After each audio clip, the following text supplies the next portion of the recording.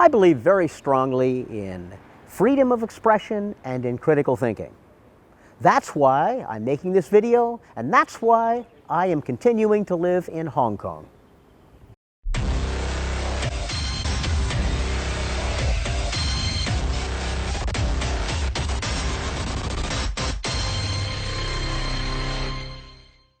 麥高登係中大人類學系教授，佢著有《世界中心嘅貧民窟》、《香港重慶大廈》等書籍。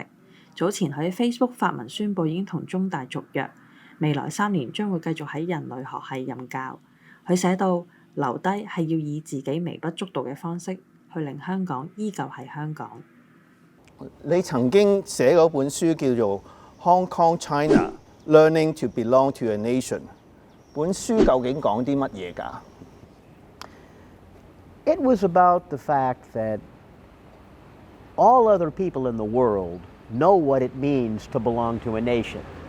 I don't particularly like the United States, but nonetheless, I can say I pledge of allegiance to the flag of the United States of America. I mean, I know that. I've memorized that as a kid.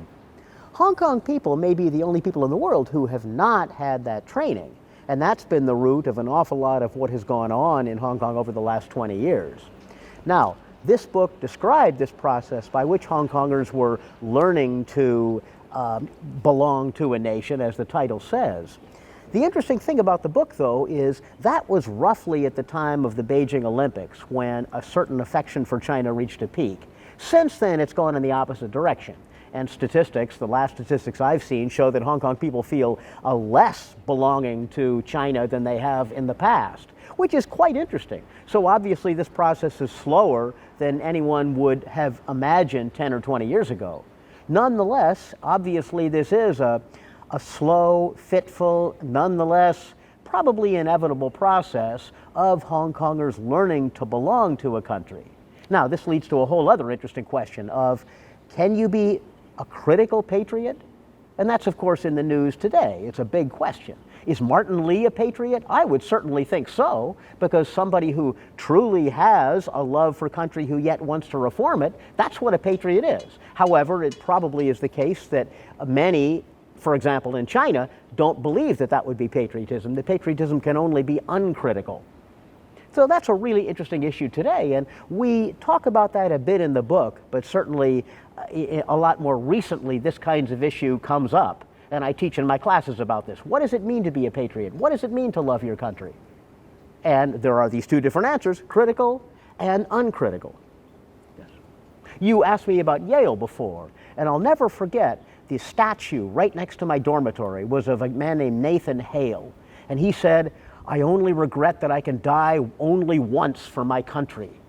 He was hanged by the British in the Revolutionary War, and that was his dying words. "I only regret I can only die once for my country."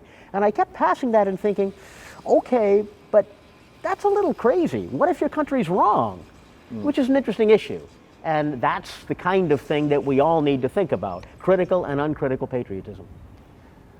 I was actually taught how to sing the national anthem when I was about 10 years old at school. That was back then, 40, 50 years ago. Yes, yes. Yeah, the Chinese national anthem. Yep. Yes, yes. Not the American. No, yes. Well, there's so many ABCs and CBCs, it could have been any number of national anthems, but yes. 你係點樣教你嘅學生批判思考嘅咧？ Now in Cantonese, punsi. Is punsi critical thinking? 批判係 Okay, I see. I understood everything. I understand all of your questions except for that. I didn't know critical thinking.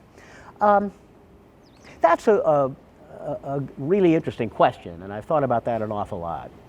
To me, critical thinking means taking a question, a basic question, and showing students all the different ways that it can be interpreted, giving students lots of evidence through our class readings, through what I tell them, and then on that basis letting them arrive at their own conclusion. Now, critical thinking is not only based on politics. It can be based on many factors. For example, in one of my classes a couple of weeks ago, I asked students, why do women cry more than men? This was a basic class in human culture. Now, one argument would be biological. Because women bear children, they have a tighter emotional link to their children. Another answer is cultural, that throughout history, men have dominated women, and crying is the weapons of the weak. Well, let's argue about this. Let's think about how these different factors may come together. What do you think? And the same thing can happen in terms of other questions, like patriotism. Is it okay to unconditionally love your country? Is it okay to conditionally love your country? When is love for country good and when is it bad? What do you think? And we have really interesting discussions about this in class. Mainland students, Hong Kong students, students from overseas often have interesting arguments and discussions about this. Great, that's what it's about. The key for here is that I don't tell students what to think.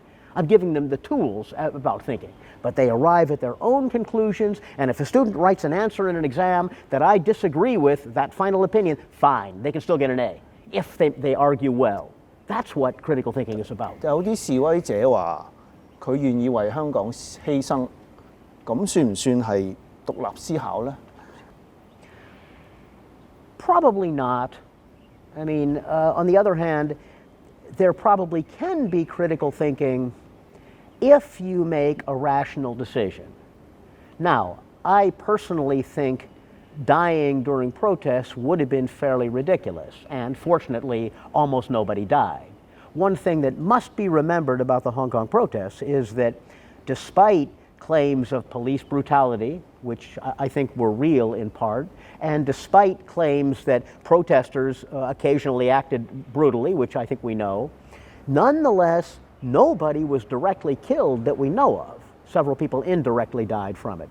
That's remarkable. If these protests had taken place in the US, you would have had hundreds of people killed because people have guns, and they didn't in Hong Kong. So even during the height of the protest, which I think shocked all of us that they happened as they did, there was a degree of civility. Now, back to your basic question of is it critical thinking? I don't know. I would need to talk to somebody who said that, because dying for your country can be a well thought out fact, a well thought out opinion, sorry. On the other hand, it also can be something that's not thought out at all.